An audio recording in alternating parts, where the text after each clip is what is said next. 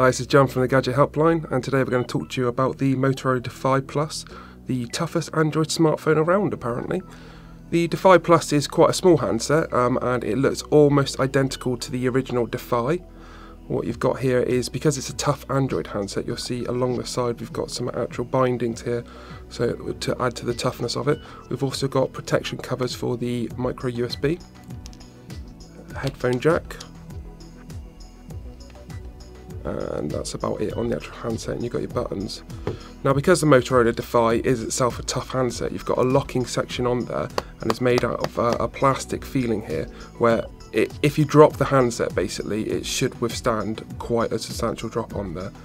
The screen itself is 3.7 inches and is made out of Gorilla Glass, which says that it's apparently the most tough handset on the market, but the screen itself is also 3.7 high resolution capacitive touchscreen, so it should give you all your Android needs. Also has a 5 megapixel camera with LED flash. Right, the first thing to talk about on the Motorola Defy Plus is the actual screen itself. Now, as we just mentioned, it's a Gorilla Glass screen. It's very tough. Obviously we can't check it ourselves in the sense of throwing it against a wall, but we've been told that you can drop it from 10 meters. You can also submerge the handset itself in water for up to 10 minutes. It comes with an IP67 certification, but to be honest with you, you don't really notice any of this stuff except for maybe the covers on the side and on the top of the handset. Other than that, it's just a perfectly good working Android handset. Right, the next thing to talk about is the operating system. It runs off Android 2.3.4, which is the Gingerbread OS, but what it's got on top of that is Motorola's own Motoblur system. That's where you can see some of the actual colours and the similarity. It's quite a blocky system that they've actually put in place here.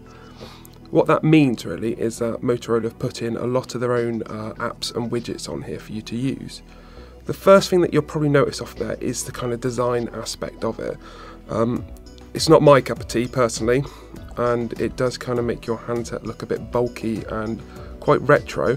But one of the cool things about this and about the Motorola Blur apps is the fact that you can completely edit the majority of them. For example, if I click on my clock there, what I can do is you'll see you get little block boxes for control in there, and I can start to shrink down the size of it, taking that all the way down to, oh no, that's the maximum, slightly larger ones there. What that does is that moves across onto quite a lot of the other apps on there. If I go across to our news reader here, I can shrink that down again into that similar size, just brings up the headline of it. If I wanted to make it just half the screen, it goes up to there. And also it's got a few apps for contacts. For example, if I click on this one here, the larger I have it, the more it pushes things out of the way, and the more you can actually get it on your home screen. So if you've got one person in particular that you want to have everywhere, you can have them on a very long slim one, so you've got your contacts quick to hand, or you can have it just down in a small thumbnail size. You'll notice as well, what it does, it pushes across the apps that were in the space before and moves them about into another place inside the handset. Sometimes a little bit annoying if you're moving things about in bulk, but you get used to it after a little while. With regards to the Motoblur applications that are in the handset, as with most Android phones and most modern day handsets, there's a lot of social networking links and links to the internet on there. This is sometimes proves to be a little bit of a noise, where I personally am used to HTC devices where it constantly feeds the device and information down to your handset. Things like the social networking app here on the Motoblur, what it does is it will feed it down to your actual handset. So there you go, we've got a tweet from Angry Birds, something for Facebook, a couple of other Facebook posts on here. And it takes it through, it's got all the information you need on there. I think this is quite a clunky system. It looks quite nice there, but you know, it can be a little bit slow. You've also got the option to say set your status. But all these things are a little bit slow, a little bit clunky, and when I were to revert back, it then changes the picture on there. So there's not actually any open time changing on there. It only changes when you've access into it. The same goes for the news app. So if I were to open that up, have a look at one, cancel back out, and you'll see the news app changes back onto the main screen. It's not really my cup of tea. We found it a little bit annoying sometimes because it doesn't give you live feeds on there, and sometimes you find yourself relying on going back to the pre-installed apps, for example the Facebook one. But in other areas you can link onto the social networking there, and you can have a broken down view of it all for a nice quick version. And if you were to post on there your actual personal ones, if you post something on there, it will link up to anything like your LinkedIn account, Facebook, Twitter, and other things like Flickr, also YouTube. It's good. It's not great though. That's the one issue that we have with the majority of the apps inside of the Motorola Defy. One of the good things about the Motorola Defy Plus is because it's designed as a rugged handset, you get a few little extras pre-installed into the handset. Namely, you get cardio trainer. You also get things like the 7 digital download on there. It's just little things like that on there that make it more of a kind of outdoorsy phone. One of the slightly odder but very good applications that's pre-installed in the handset is the Swype keyboard. Now it's pre-built in. If anybody doesn't know what Swype is, basically what it means is instead of your usual tapping away on the handset, it's best if I show you like this, what you do is you slide across the keyboard and to join up the words. So if I say H-E-L-O, it adds a word in there. My name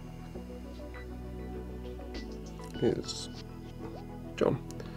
It's quite intuitive. It takes a while to get used to, but one of the weird things and the things that we get say the most when people play with it is that it's very easy to use. You wouldn't expect it to actually work like this.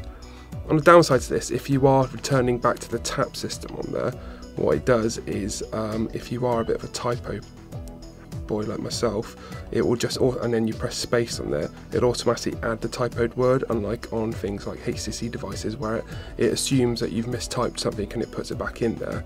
But as I said, the actual swipe functions on there, so it's very responsive. There you go. Whilst using the Motorola Defy Plus, one of the things we did notice is that we had a few signal issues on the handset. Now, where we normally are, there's actually not a great signal for O2, which is what the handset's currently on, but we still managed to get signal while sat out, say, in my desk or in normal areas. The Defy Plus did struggle quite a few times, quite notably with text messaging. It would display the actual signal bars up top, you know, 2-3 bars sometimes, and then quite regularly it would bring back something saying that it hasn't sent a message.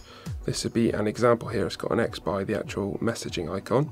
Now, one of the slightly annoying things is that instead of it just trying to resend it whilst it's actually in an area where it's got signal, you have to manually do each one of them, and then it will keep trying it every single time. It's not a major issue. Majority of the time we had signal, but it's just at the few times we didn't, it still displayed that we had signal but had issues with it. Other than that, we thought the Motorola Defy a great handset, especially if you're a bit outdoorsy on there.